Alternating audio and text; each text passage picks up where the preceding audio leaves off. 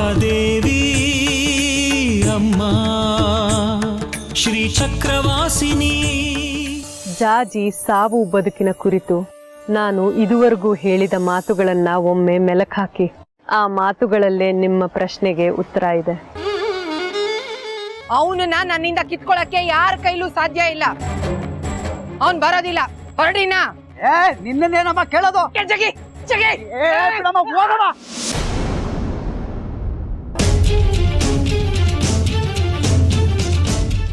ಅವಳು ಒಳಗಿರುವಂತ ಶ್ರೀಚಕ್ರ ಶಕ್ತಿ ಅವಳನ್ನ ಮುಟ್ಟೋದಕ್ಕೂ ಬಿಡಲ್ಲ ನಮ್ಮನ್ನ. ಅದಕ್ಕೋಸ್ಕರನೇ ಒಬ್ಬ ಬರ್ತಾ ಇದ್ದಾನೆ ಮಣಿಕಂಠ. ಯಾರು? ಜಾಜಿನ ಅಪರಿಸೋದಕ್ಕೆ ನಾನು ಆವಾಹನಿಸ್ತಾ ಇರೋ ಶಕ್ತಿ.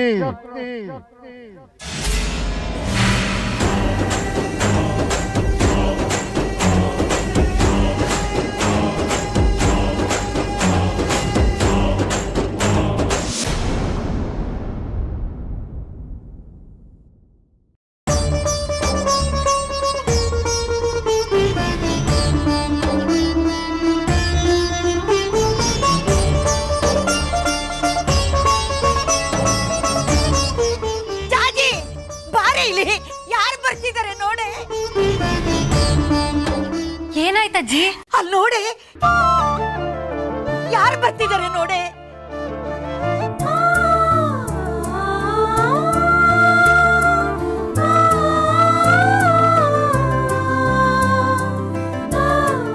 ಬಂಗಾರಿ ಬಂಗಾರಿ ಬಂದ್ಯೇನು? ಬಾರೋ ಒಳಗೆ. ಅತ್ತೆ ನೀವು ಬನ್ನಿ ಒಳಗಡೆ. ಅಜ್ಜಮ್ಮ ಅನ್ನ ಕಿಡಿ ಅಜ್ಜಮ್ಮ. ಏಯ್, ಅನ್ನ ಕಾಣದೆ ನಿಮ್ಮನೆ ಬಾಗ್ಲಿಗೆ ಬಂದಿಲ್ಲ ಕಣೆ ನಾವು. ಕೆಲವು ವಿಷಯಗಳು ಇತ್ಯರ್ಥ ಆಗೋದಿತ್ತು, ಅದನ್ನ ಮಾಡ್ಕೊಂಡು ಹೋಗೋಣ ಅಂತ ಬಂದಿದೀವಿ. ಮನೆ ಯಾಕಿದೆಲ್ಲ ಮಾತು? ಒಳಗ್ ಬನ್ನಿ. ಪರಿಚಯ ಇಲ್ದೇ ಇರೋರ್ ಮನೆ ಹೊಸಲು ತುಳಿದು ಅಭ್ಯಾಸ ಇಲ್ಲ ನಮ್ಗೆ. ಏಯ್, ಏನೇ ರಗಳೆ ನಿಂದು? ಹಾ, ನಮ್ ಪಾಡಿಗೆ ನಾವಿದೀವಿ ತಾನೆ. ಏನ್ ಸಮಸ್ಯೆ ನಿಂದು? ಮನೆ ಹತ್ರ ಜನನ್ ಕಳಿಸ್ತೀಯಾ? ಹಾ, ನಿನ್ ಸಾವಾಸನೆ ಬೇಡ ಅಂತ ನನ್ ಮಗ ನಮ್ಮ ಮನೆಗೆ ಬಂದಿದ್ದಾನೆ. ಮತ್ತೆ ಅವನನ್ನ ಸೆಳ್ಕೊತೇನೆ. ಅರ್ಥ ಮಾಡ್ಕೋ. ಯಾವ ಕ್ಷಣ ನನ್ನ ಮಗ ಕೊಟ್ಟು ಹೂನ ನೀನ್ ನಿರಾಕರಿಸಿ ನನ್ನ ಮನೆಗೆ ಬೆನ್ನು ಹಾಕಿ ಬಂದ್ಯೋ ಆ ಕ್ಷಣನೇ ನಿನ್ನ ನಮ್ಮ ಸಂಬಂಧ ಮುಗ್ದು ಹೋಯ್ತು. ಅಷ್ಟಾದ್ಮೇಲೂ ನಿಮ್ಮ ಅಪ್ಪ ಚಿಕ್ಕಪ್ಪನ ನಮ್ಮನೆ ಹತ್ರ ಗಲಾಟೆ ಮಾಡಕ್ ಕಳಿಸ್ತೀಯನೆ. ನಿಮ್ಮಪ್ಪ ಎಲ್ಲೋ ದೂರದಲ್ಲಿ ನಿಂತ್ಕೊಂಡು ನೋಡೋದಂತೆ, ಈ ಜಗ್ಗಿ ನಮ್ಮನೆ ಹತ್ರ ಸಂಧಾನಕ್ಕೆ ಬರೋದಂತೆ. ನೋಡೆ, ಕಾಣಿಸ್ತಿದ್ಯಾ? ನೋಡೆ, ನೋಡು ನಿಮ್ ಚಿಕ್ಕಪ್ಪ ಮಾಡಿರೋ ಅವಾಂತರ. ಅಲ್ಲ, ಸುಮ್ನೆ ಹಾಗಂದೆ ಬಿದ್ದೋಗ್ಬಿಟ್ರು. ನಾನು ನಿಮಗೆ ಸುಮ್ಮನೆ ಹಾಗನ್ಲ. ಅಮ್ಮ. ಹಾ, ಅಮ್ಮ? ಅತ್ತೆ ಅಂತಿದ್ದೋಳು ಅಮ್ಮ ಅಂತಿದ್ಯಾ? ಈ ಬೂಟಾಟಿಕೆ ಎಲ್ಲ ಬೇಡ ಕಣೆ. ನೀನು ಅಮ್ಮ ಅಂದ ತಕ್ಷಣ ನಾನೇನ್ ಕರ್ಗ ಹೋಗೋದಿಲ್ಲ. ಇಷ್ಟು ದಿನ ನೀನು ನಿಮ್ಮ ಮನೆಯವರು ನನ್ನ ಮಗಂಗೆ ಹಿಂಸೆ ಕೊಟ್ಟಿದ್ ಸಾಕು. ಈಗ ನೋಡು, ನಿಮ್ ಚಿಕ್ಕಪ್ಪ ನನ್ನ ಮೇಲೆ ಕೈ ಮಾಡಕ್ ಬರ್ತಾನೆ. ಆಹಾ, ನಿಮ್ ಮನೇಲಿ ಪೂಜೆ ಮಾಡೋದೇನು, ಮಂತ್ರ ಹೇಳೋದೇನು? ಹೆಂಗಸ್ರ ಮೇಲೆ ಕೈ ಮಾಡ್ತಾರೆ? ಎಂತ ಸಂಸ್ಕಾರ ರೀ ನಿಮ್ದು? ಹೆತ್ತವರು ಸಂಬಂಧಿಕರೇ ಈ ಅಹಂಕಾರದಲ್ಲಿ ಇದ್ಮೇಲೆ ಮನೆ ಮಗಳಿಗೆ ವಿನಯ ವಿಧೇಯತೆ ಎಲ್ಲಿಂದ ಬರ್ಬೇಕು? ನೋಡು, ಇವತ್ತು ಮುಗೀತು ನಿನ್ನ ನನ್ನ ಮಗನ ಸಂಬಂಧ. ಏ ಬಂಗಾರಿ, ಮನೆ ಒಳಗಡೆ ಹೋಗಿ ನಿನ್ ಬಟ್ಟೆ ಬರೆ ಏನಿದ್ಯೋ ತಗೊಂಬ ಹೋಗೋ. ದಯವಿಟ್ಟು ಹಾಗನ್ಬೇಡಿ. ಏಯ್, ಏನೋ ನೋಡ್ತಾ ನಿಂತಿದ್ಯಾ? ಹೋಗೋ, ತಗೊಂಬ ಹೋಗೋ. ಇನ್ನು ಇವಳ ಮೇಲೆ ಪ್ರೀತಿ ಏನೋ ನಿನ್ಗೆ? ನಂಬೇಡ ಇವಳನ್ನ. ನಗುಲೆ ಎಲ್ರನ್ನೂ ಕೊಂದು ಬಿಡ್ತಾಳೆ. ನೀನ್ ಇಲ್ದೇನೆ ಇವಳು ಹೂ ಮುಡ್ಸ್ಕೊಳ್ಳೋ ಶಾಸ್ತ್ರ ಮಾಡಿಸ್ಕೊಂಡಿದ್ದಾಳೆ ಅಂದ್ಮೇಲೆ ಅರ್ಥ ಮಾಡ್ಕೋ, ನೀನ್ ಕಂಡ್ರೆ ಎಷ್ಟು ಪ್ರೀತಿ ಗೌರವ ಇದೆ ಇವಳಿಗೆ ಅಂತ.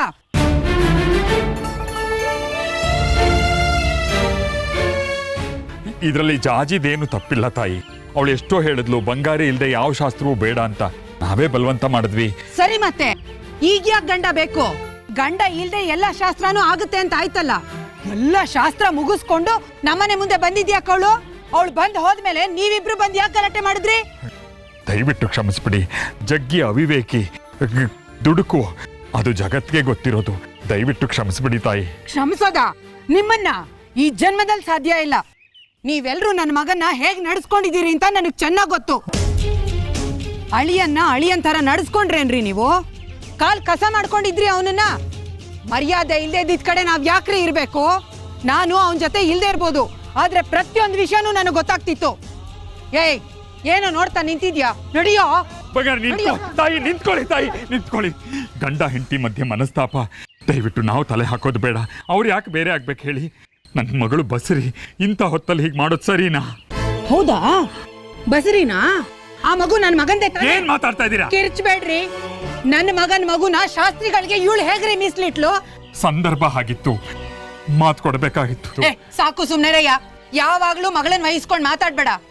ಇವತ್ ನನ್ನ ಮಗ ನಿನಗ್ ನಾನು ಮುಖ್ಯನಾ, ಶಾಸ್ತ್ರಿಗಳು ಕೊಟ್ಟಿರೋ ಮಾತು ಮುಖ್ಯನಾ ಅಂತ ಕೇಳಿದ್ರೆ ಏನು ಉತ್ತರ ಕೊಡದೆ ಹಾಗೆ ಬಂದಿದ್ದಾಳೆ. ಅಂದ್ರೇನು? ಗಂಡ ಮುಖ್ಯ ಅಲ್ಲ, ಯಾರಿಗೋ ಕೊಟ್ಟಿರೋ ಮಾತು ಮುಖ್ಯ ಅಂತ ಅರ್ಥ ತಾನೆ. ಇನ್ನು ನನ್ನ ಮಗ ಇವಳನ್ನ ಹೆಂಡತಿ ಅಂತ ಒಪ್ಕೋಬೇಕಾ? ನಾನು ಸೊಸೆ ಅಂತ ಒಪ್ಕೋಬೇಕಾ? ಏಯ್ ಏನೋ ನೋಡ್ತಾ ನಿಂತಿದ್ಯಾ? ಹೋಗ್ ತರ್ತೀಯೋ ನಾನೇ ಹೋಗ್ಲೋ? ಬಂಗಾರಿ, 1 ನಿಮಿಷ ಸಮಾಧಾನವಾಗಿದ್ರೆ ಮಾತಾಡಬಹುದು. ಮಾತುಕತೆಗೆ ಏನು ಉಳಿದಿಲ್ಲ, ಎಲ್ಲ ಮುಗಿದು ಹೋಯ್ತು. ಬಂಗಾರಿಗೆ ಹೇಳಿದೀನಿ ಎಲ್ಲಮ್ಮಂಗ್ ಮುಡಿ ಕೊಟ್ಟು ತಲೆ ತೊಳ್ಕೊಳಕ್ಕೆ. ಅಲ್ಲಿಗೆ ಈ ಸಂಬಂಧ ಮುಗೀತು. ನಮ್ಮ ಯೋಗ್ಯತೆಗೆ ತಕ್ಕ ಹಾಗೆ ನಾವು ಬೇರೆ ಸಂಬಂಧ ಹುಡುಕೋತೀವಿ.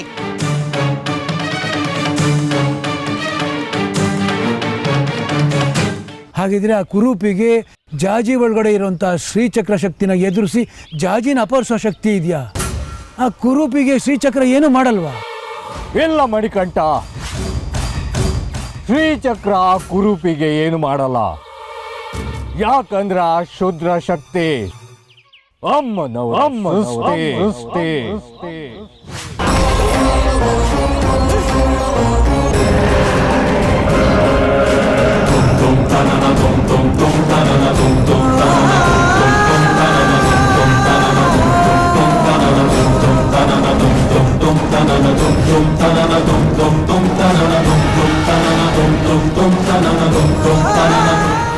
ನೋಡು ಜಾಜಿ, ನಿನ್ ಸಂಸಾರದಲ್ಲಿ 3ನೇವ್ರಿಗೆ ಮೂಗ್ ತೂರ್ಸೋದಕ್ ಬಿಡ್ಬೇಡ.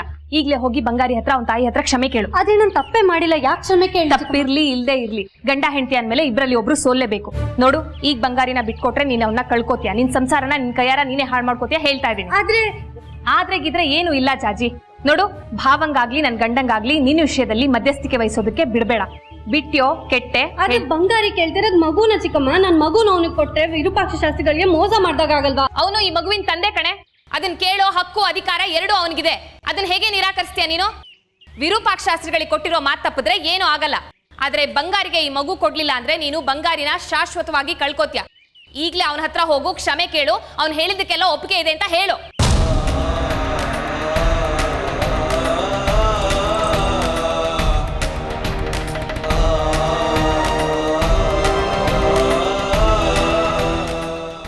ಏ ಬಂಗಾರಿ, ಯಾಕೋ ಹೀಗ್ ಬಂದ್ ನಿಂತಿದ್ಯಾ ಇಲ್ಲಿ?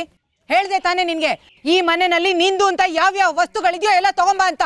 ಹೋಗೋ ಹೋಗೋ. ಬಂಗಾರಿ ಬಂಗಾರಿ, ಬೇಡ ಕಣೋ, ಹಾಗೆ ಮಾಡಬೇಡ. ನೀನಾದ್ರೂ ನಿಮ್ ತಾಯಿಗೊಂದು ಮಾತೇಳು.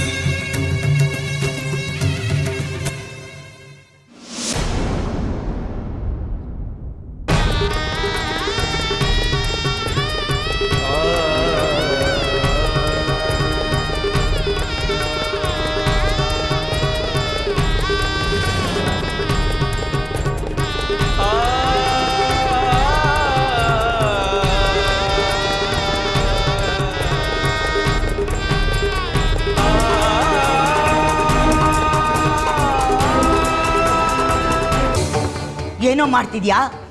ಎಲ್ಲಿಗೋ ಹೊರಟೆ? ನನಗೂ ಈ ಮನೆಗೂ ಸಂಬಂಧ ತೀರ್ತು, ಅದಕ್ಕೆ ಹೊರಟೆ. ಬಸ್ರಿ ಹೆಂಡತಿನ ಬಿಟ್ಟು ಹೋಗ್ತಾ ಇದೀಯಾ? ಆ ಮಗು ನಂದಲ್ಲ ಅಂದ್ಮೇಲೆ ಬಸ್ರಿ ಅನ್ನೋ ಕಾಳಜಿ ಬರುತ್ತಾ? ಲಲಿತಾ ಜವಾಬ್ದಾರಿನೇ ತಗೊಂಡಿದ್ದಾಳೆ. ಜಾಜಿ ಮಗುನ ಯಾರಿಗೂ ಕೊಡೋದಿಲ್ಲ, ಕೊಡೋದಿಕ್ಕೆ ಲಲಿತಾ ಬಿಡೋದಿಲ್ಲ. ಕಟ್ಕೊಂಡ್ ಗಂಡನ ಮಾತನ್ನೇ ಕೇಳಿಲ್ಲ ಅವಳು, ಇನ್ ಬಾಡಿಗೆ ತಾಯಿ ಲಲಿತಮ್ಮನ ಮಾತು ಕೇಳ್ತಾಳ? ಕೇಳಿಸ್ಬೇಕು, ಅದು ಗಂಡಾದ ನಿನ್ನ ಕರ್ತವ್ಯ. ಅವಳು ಬೇಕಾದ್ ಮಾಡಿ ಅಂತ ಹೇಳ್ಬಿಟ್ಟು ಹೋದ್ರೆ ನಿನ್ನ ಮಗುನ ನೀನೇ ಕಲ್ಕೋತೀಯ. ಎಲ್ಲ ಯೋಚನೆ ಮಾಡಿ ನಿರ್ಧಾರಕ್ಕೆ ಬಂದಿದ್ದೀನಮ್ಮ. ನನ್ ತಡಿಬೇಡಿ. ಇಷ್ಟು ದಿನ ಅನ್ನಾಕ್ ನನ್ ಸಾಕಿದ್ದೀರಾ, ಅದಕ್ಕೆ ನಾನು ಋಣಿ. ಆದ್ರೆ ಹೊಲ್ಲದ ಹೆಂಡತಿ ಜೊತೆ ಸಂಸಾರ ಮಾಡಕ್ ನನ್ನ ಹತ್ರ ಸಾಧ್ಯ ಇಲ್ಲ. ನನಗೆ ಕ್ಷಮಿಸ್ಬಿಡಿ. ಬಂಗಾರಿ, ಬಂಗಾರಿ, ಬಂಗಾರಿ, ಹೋಗೋದು ಅಂತ ತೀರ್ಮಾನ ಮಾಡ್ಬಿಟ್ಯಾ? ಅಮ್ಮ ಅಮ್ಮ ನಿಂತ್ಕೊಳ್ಳಿ. ನೋಡಿ ಮಕ್ಕಳು ಏನೋ ತಿಳಿಲಾರ್ದೆ ಜಗಳ ಮನಸ್ತಾಪ ಮಾಡ್ಕೊಂಡಿರ್ತೇವೆ, ಅಷ್ಟಕ್ಕೆ ಅವ್ರನ್ನ ದೂರ ಮಾಡಬಾರ್ದು. ಹಾಗಿದ್ದಿದ್ರೆ ಜಗತ್ತಿನಲ್ಲಿ ಗಂಡ ಹೆಂಡತಿನ ಸಂಬಂಧನೇ ಉಳಿತಿರ್ಲಿಲ್ಲ ತಾಯಿ. ನೋಡಿ, ಈ ವಿಷಯದಲ್ಲಿ ಏನೇನ್ ಮಾತಾಡ್ಬೇಕಾಗಿತ್ತೋ ಎಲ್ಲ ಮುಗ್ದಿದೆ. ನೀವು ದೊಡ್ಡವರು, ದಯವಿಟ್ಟು ಸುಮ್ಮನೆ ಇದ್ದು ಬಿಡಿ. ತಾಯಿ, ನಮ್ಮಿಂದ ತಪ್ಪಾಗಿದೆ, ನಿಮ್ಗೆ ಅವಮಾನ ಆಗಿದೆ ಅನ್ನೋದಾದ್ರೆ ನಾವು ತಿದ್ದುಕೊಳ್ಳಕ್ ತಯಾರಾಗಿದ್ದೀವಿ. ಕ್ಷಮಿಸ್ಬಿಡಿ ತಾಯಿ. ನೋಡಿ, ಈ ಗಲಾಟೆ ಆಗಿದ್ದು ಇವನಿಂದ. ಇವನು ಬೇಕಾದ್ರೆ ಕ್ಷಮೆ ಕೇಳ್ತಾನೆ. ಕೇಳೋ, ಕ್ಷಮೆ ಕೇಳು. ಕ್ಷಮೆ ಕೇಳು. ಮಾಡುದೆಲ್ಲ ಮಾಡಿ ಹೇಗ್ ನಿಂತಿದ್ಯಾ ನೋಡು. ಹೋಗೋ, ಕ್ಷಮೆ ಕೇಳು. ಕ್ಷಮೆ ಕೇಳು. ಕ್ಷಮಿಸಿ. ಆಯ್ತಲ್ಲ ತಾಯಿ, ಆಯ್ತಲ್ಲ. ಬೇಕಾದ್ರೆ ನಮ್ಮ ತಾಯಿನೂ ಕ್ಷಮೆ ಕೇಳ್ತಾರೆ. ದಯವಿಟ್ಟು ಕ್ಷಮಿಸ್ಬಿಡಿ ಬೇಗಿತಿಯವ್ರೆ. ಕ್ಷಮಿಸಿ ಅಳಿ ಅಂದ್ರೆ.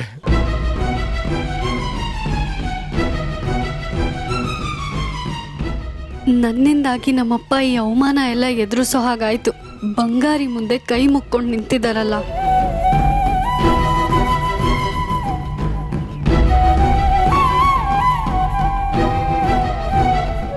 ನೀವು ಕ್ಷಮೆ ಕೇಳೋದಲ್ಲ, ನಿಮ್ಮ ಮಗಳು ಬಂದು ನಮ್ಮ ಅಮ್ಮನ ಹತ್ರ ಕ್ಷಮೆ ಕೇಳಬೇಕು. ಏನ್ ಹೇಳ್ತಿರ್ಬೋದು ಅವನು? ಏನು ಕೇಳಿಸ್ತಾನೆ ಇಲ್ವಲ್ಲ.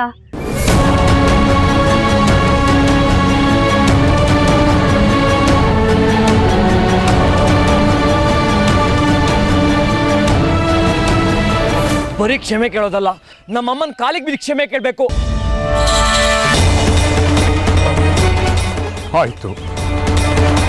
ಅಪ್ಪ, ಬಂಗಾರಿ, ಇಷ್ಟು ಸಣ್ಣ ವಿಷಯನ ದೊಡ್ಡದ್ ಮಾಡಿ ದುರಹಂಕಾರ ತೋರಿಸ್ತಿದ್ಯಲ್ಲೋ. ನಾನ್ ನಿನ್ನನ್ನ ಎಷ್ಟು ಒಳ್ಳೆಯವನು ಅನ್ಕೊಂಡಿದ್ದೆ, ಆದ್ರೆ ನಾನ್ ಪ್ರೀತಿಸಿದ ಬಂಗಾರಿ ನೀನಲ್ಲ ಕಣೋ. ಇಷ್ಟು ಸಣ್ಣ ವಿಷಯನ ಇಷ್ಟು ದೊಡ್ಡ ರಾತಾಂತ ಮಾಡೋ ಅವಶ್ಯಕತೆ ಇತ್ತೇನೋ? ನಮ್ಮ ಜಗಳದಲ್ಲಿ ದೊಡ್ಡವ್ರನ್ನ ತಂದು ಅವ್ರವ್ರ ನಡುವೆ ಜಗಳ ಮಾಡೋ ದರ್ದಿತ್ತ? ಈ ಕ್ಷಣಕ್ಕೆ, ಇವತ್ತಿಗೆ ನನ್ನ ನಿನ್ನ ಸಂಬಂಧ ಮುಗಿದೋಯ್ತು. ನೀನ್ ಇಲ್ಲಿಂದ ಹೊರಡ್ಬೋದು. ಏನ್ ಮಾತಾಡ್ತಾ ಇದೀಯ ಅನ್ನೋ ಪರಿಜ್ಞಾನ ಇದೆಯಾ ನಿನ್ಗೆ? ಆಗಿರೋ ತಪ್ಪನ್ನ ಕ್ಷಮಿಸಿ ಅಂತ ಕೇಳ್ಕೊಂಡು ಸಂಬಂಧ ಸರಿಪಡಿಸ್ಕೋಬೇಕು. ಈಗ ಬಾಯಿಗೆ ಬಂದ ಹಾಗೆ ಮಾತಾಡಿ ಎಡವಟ್ ಮಾಡೋದಲ್ಲ. ಬಂಗಾರಿ, ದಯವಿಟ್ಟು ತಪ್ಪು ತಿಳ್ಕೊಬೇಡ. ಅವಳಿಗೆ ಬುದ್ಧಿ ಇಲ್ಲ, ಏನೋ ಮಾತಾಡ್ತಿದ್ದಾಳೆ. ತಪ್ಪು ತಿಳ್ಕೊಬೇಡಿ, ಮನ್ಸು ಕಚ್ಕೋಬೇಡಿ ದಯವಿಟ್ಟು. ಅಪ್ಪ ಬಿಡಿ ಅಪ್ಪ, ನೀವ್ ಯಾಕೆ ಅವ್ರ ಹತ್ರ ಕ್ಷಮೆ ಕೇಳ್ಬೇಕು? ನಾವೇನಂತ ದೊಡ್ಡ ತಪ್ಪು ಮಾಡಿದೀವಿ ಅಂತ ಅವ್ರ ಹತ್ರ ಕ್ಷಮೆ ಕೇಳ್ಬೇಕು? ಅವನಿಗೆ ಹೇಗೆ ಅವ್ರ ಅಮ್ಮ ಮುಖ್ಯನೋ ಹಾಗೆ ನನ್ಗೂ ನಮ್ಮಪ್ಪ ಮುಖ್ಯ. ಅವನಿಗೆ ನಾನ್ ಬೇಡ ಆದ್ರೆ ನನಗೂ ಅವ್ನ್ ಬೇಡ. ಇಲ್ಲಿಂದ ಹೋಗ ಕೇಳಿಯಪ್ಪ ಅವನ್ನ. ಏಯ್, ಗಂಡನ ಜೊತೆಗೆ ಸದ್ರ ಒಳ್ಳೇದಲ್ಲ. ಅದಕ್ಕೆ ನಿನ್ ಜೀವನ ಈ ರೀತಿ ಆಗ್ತಿರೋದು. ಅಜ್ಜಿ, ನೀವೇನ್ ಹೇಳಿದ್ರು ಅಷ್ಟೇ, ಈ ವಿಷಯದಲ್ಲಿ ನನ್ನ ನಿರ್ಧಾರ ಬದಲಾಗಲ್ಲ. ನಿನಗೇನು ಹುಚ್ಚಿಡ್ದಿದ್ದು ದೆವ್ವ ಮೆಟ್ಕೊಂಡಿದ್ಯೋ? ಗಂಡನ ಜೊತೆ ಮಾತಾಡೋ ರೀತಿನ ಇದು. ಕ್ಷಮೆ ಕೇಳೋನ್ನ, ಕ್ಷಮೆ ಕೇಳು. ನಂಗೆ ಈ ವಿಷಯದಲ್ಲಿ ಬಲವಂತ ಮಾಡಬೇಡಿ. ಅವನಿಗೆ ಹೊರಡ ಕೇಳಿ. ಹೆಂಗಸ್ಗೆ ಬೇಡದೆ ಇದ್ದಿದ್ದು ಗಂಡಸ್ಗೇನೆ ಕರ್ಮ. ನಿನ್ನಂತ 100 ಜಾಜಿನ್ ತರ ತಾಕತ್ ನನಗಿದೆ. ಎಂತ ಸದಾರ ಮೇನ್ ಕಟ್ಕೊಂಡ್ಯೋ? ನೋಡಿ ನೋಡಿಯೋ, ನೋಡಿ. ಬಂಗಾರಿ, ಬಂಗಾರಿ,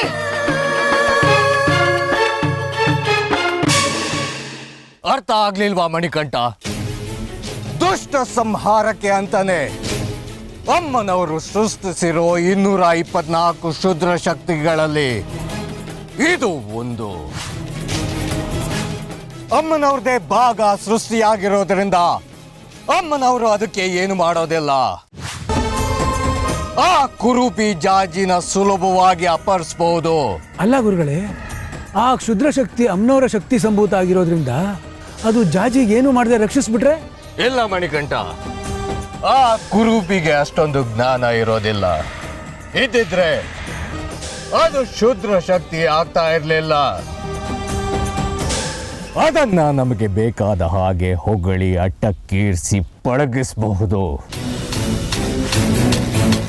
ಅದು ನಮ್ಮ ಮಾತು ಕೇಳುತ್ತೆ, ನಾವು ಹೇಳಿದ ಕೆಲಸನ ಕುಪ್ಪಳಿಸ್ಕೊಂಡು ಹೋಗಿ ಮಾಡುತ್ತೆ. ಹಾಗಿದ್ರೆ ಅದರ ಆವಾಹನೆ ಹೇಗೆ? ನಿನಗೆ ನೆನಪಿದ್ಯಾ ಮಣಿಕಂಠ? ಆವತ್ತು ಚಂದ್ರಾಧಾರ ಶುದ್ರ ಶಕ್ತಿಯ ಸೃಷ್ಟಿಗೆ ಉಕೃತಿ ಭ್ರಂಶು ಪ್ರಯೋಗ ಮಾಡಿದ್ದ.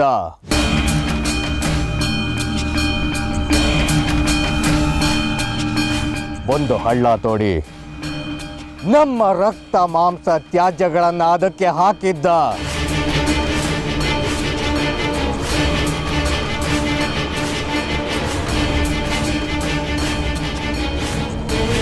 ಹೌದು ಗುರುಗಳೇ, ನೆನಪಿದೆ. ಆ ಪ್ರಯೋಗ ಸೂರ್ಯಾಂಶು ದೆಸೆಯಿಂದ ನಿಂತು ಹೋಗಿತ್ತು. ನಾನು ರಕ್ತದರ್ಪಣೆ ಮಾಡಲ್ಲ. ಆದ್ರೆ ನಮ್ಮ ಮೂವರ ಶಕ್ತಿ ಆ ಹಳ್ಳದಲ್ಲಿರೋ ಒಂದು ಮಡಿಕೆಯಲ್ಲಿ ಕ್ರೋಢೀಕರಣಗೊಂಡಿದೆ. ಅಷ್ಟು ಸಾಕು. ಅದನ್ನೇ ಬಳಸಿ ಈ ಕುರೂಪಿನ ಆವಾಹನೆ ಮಾಡ್ತಾ ಇದ್ದೀನಿ. ಕುರೂಪಿ ಬರ್ತಾನೆ, ನಮ್ಮ ಕೆಲಸನ ಮಾಡ್ಕೊಟ್ಟು ಹೋಗ್ತಾನೆ.